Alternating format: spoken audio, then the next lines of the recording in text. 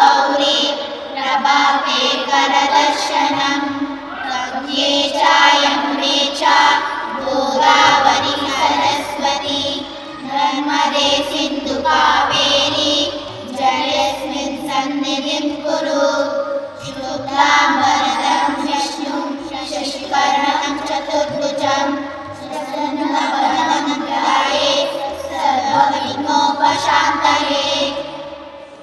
ॐ गजाननं भूतगणाधिसेवितं कपित्थजम्बूफलसार्वभक्षितं उमासुतं शोकविनाशकारणं नमामि विघ्नेश्वरपादपङ्कजम्। अन्नपूर्णे सदा पूर्णे शङ्करकरुणवल्लभे ज्ञानवैराग्यसिद्ध्यर्थं विदिशां देवी च पार्वती। ಮುಗಿತಾ? ಧನ್ಯವಾದಗಳು. ಧನ್ಯವಾದಗಳು.